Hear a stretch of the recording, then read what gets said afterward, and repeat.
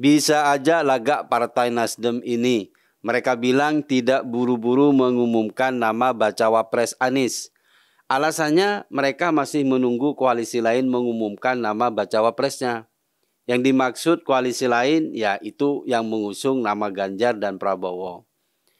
Sampai saat ini Ganjar dan Prabowo memang masih menutup rapat nama bacawa presnya. Tapi sebenarnya dua orang ini sudah mengantongi beberapa nama bacawa pres. Hanya saja dibutuhkan negosiasi alot untuk memilihnya.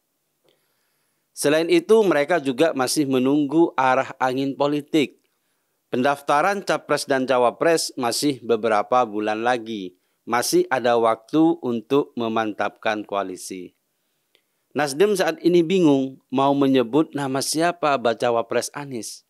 Pasalnya di internal koalisi perubahan masih terjadi aksi saling kunci. Nama AHY menjadi kandidat yang cocok untuk Anies secara pribadi. Tapi Nasdem dan PKS ogah menerimanya. Nama-nama lain sudah dilobi seperti Yeni Wahid, Mahfud MD, dan Khofifah, tapi mereka malah menolak tawaran itu. Anies memang apes, namanya paling awal dideklarasikan sebagai capres, tapi banyak tokoh yang menolak jadi cawapresnya. Itu karena suara Anies cenderung menurun, mana ada orang yang bersedia maju untuk kalah. Mungkin hanya AHY yang bisa menempuh jalan ninja itu, karena yang dibutuhkan AHY hanyalah panggung nasional. Dia tidak penting kalau dia bakal kalah dalam pertarungan. Akhirnya, baca pres yang dulu kebelet dideklarasikan dari Nasdem itu malah belum punya calon pendamping. Karena nama-nama di luar koalisi tidak bersedia jadi ban serep Anies Baswedan.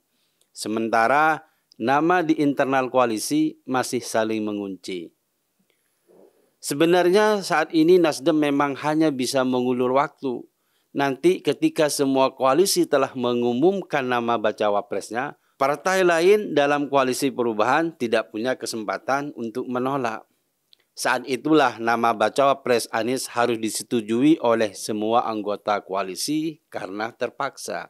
Nasib terkuncinya koalisi Anies sebenarnya tidak jauh-jauh dari koalisinya Prabowo. Antara Caimin dan Zulkifli Hasan juga masih saling kunci. Mereka sama-sama ngotot dan memaksakan diri untuk mendampingi Prabowo. PKB mengancam cabut dukungan jika Prabowo memilih nama selain Caimin. Sementara PAN juga menyandera Gerindra. Mereka tidak akan bergabung jika nama Erik tidak ditetapkan sebagai bacawa pres Prabowo.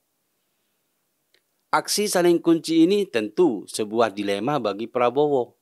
Karena jika memilih Caimin, praktis Prabowo harus berjuang keras sendirian. Caimin tidak punya sumbangan elektoral. Ditambah lagi logistiknya juga tidak ada. Jika Prabowo memaksakan diri, maka bakal berat ongkosnya. Sementara jika Prabowo memilih Erik, maka PKB pasti hengkang. Kehilangan PKB juga membuat Prabowo meriang karena suara partai ini penting di wilayah Jawa Timur dan Jawa Tengah. Kondisi Anies yang senasib dengan Prabowo itu bisa bertambah parah.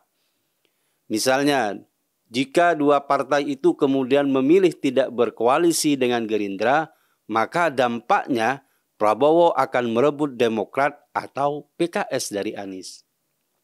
Hal itu bakal jadi runyam karena Anies akan batal maju nyapres jika tidak memenuhi ambang batas pencapresan. Makanya Nasdem tidak mau gegabah. Mereka harus pandai membaca arah angin. Jika Nasdem buru-buru menentukan nama cawapres Anies, salah satu partai pendukung dalam koalisi perubahan bakal merapat ke Prabowo. Dan itu membuat suara koalisi mereka kurang dari ambang batas yang dipersyaratkan. Anies jelas tidak bisa dimajukan. Taktik Nasdem untuk menahan diri memang bertolak belakang dengan gaya mereka yang sok-sokan mau deklarasi bacawa pres Anies tempo hari. Berkali-kali nama bacawa pres mau dideklarasikan, tapi kemudian zong.